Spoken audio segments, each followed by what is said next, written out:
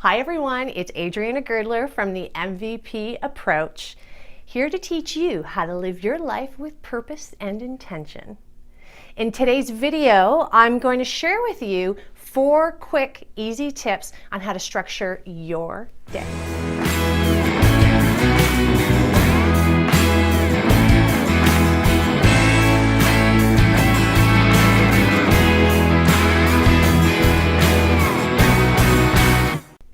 Tip number 1, I would like for you to start planning your day on a Sunday. What? Adriana, you said help me plan my day. But interestingly enough, our days aren't just about the day today and the tasks we're doing. It actually is about looking in the future. Now, if you really want to get into it, you can get into some major time management and look at things a year in advance. You can then bring it down to monthly, but I don't want to do that for you yet. I said 4 easy tips.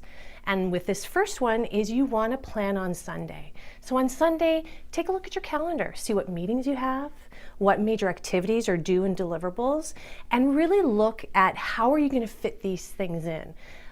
I do have another video which talks about power hours. So in your day, you can schedule those in order to get your things done. And you do that all on Sunday in advance of. So it gives you a really clear idea as to what to expect for the week. Tip number 2. Now, this is an interesting one because some people will think, Adriana, I got to plan 100% of my day. My answer is no, don't do it. You'll actually have the opposite effect. You'll be so overwhelmed, and when things don't come to fruition, you'll be upset. And then that's counterproductive and actually counterintuitive, but most importantly, it is not efficient at all. So the one golden rule I have, which is for tip number 2, plan for only 60% of your day. Why? Well, I promise you, you will have things that will pop up. They always do, particularly at work. You will have to fight, and how many times have you had this great intention and you had your full day planned out and perhaps you only got about 50-60% of it done?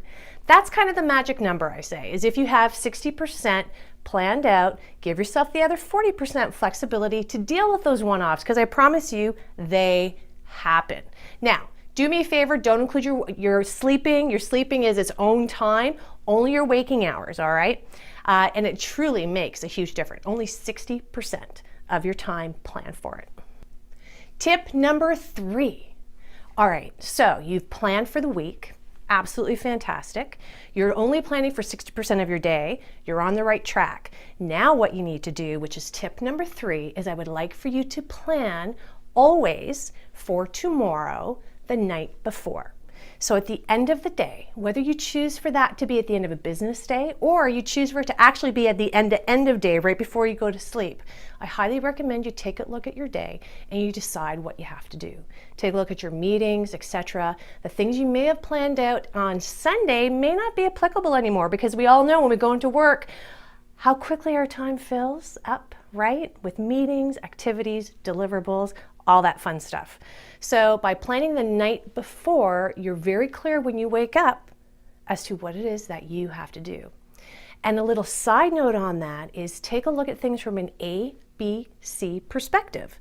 So when you know what you're doing for the next day, stuff that has to be done for sure, no ifs, ands, or buts, give it an A. These are your high priorities. For those that, hey, if you get it done today, fantastic, give it a B. And for those that are just kind of nice to have, perhaps you won't have any interruptions, give those a C. You're not too worried if those get pushed out. So plan the night before for your day with an ABC method. Now, tip number 4 is only have one plan and one location. What? I see so many people having tons of sticky notes, having multiple locations for their plans, and then they're wondering why they've forgotten something or they've lost a major task and they can't find it. It really is critical from a productivity standpoint that you pick one place to have your plan. I know some people prefer electronic methods, others may prefer paper. Whatever works for you, find out what really works for you. There's amazing software like Microsoft OneNote. There's amazing planner systems like the Franklin Covey Planner System. Actually, a little side note, that was the one that I was taught on way back when that really got me into time management. I do love the concepts of that. There's also an amazing app called To Do that you can also have on your phone and you can have it with you.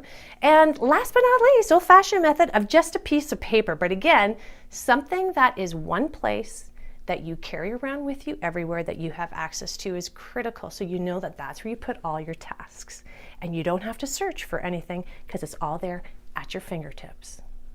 If you like this video, please give it a thumbs up, subscribe on the button below, and if you don't mind sharing it with your friends, that would be great. Thank you so much. I hope you have a productive day.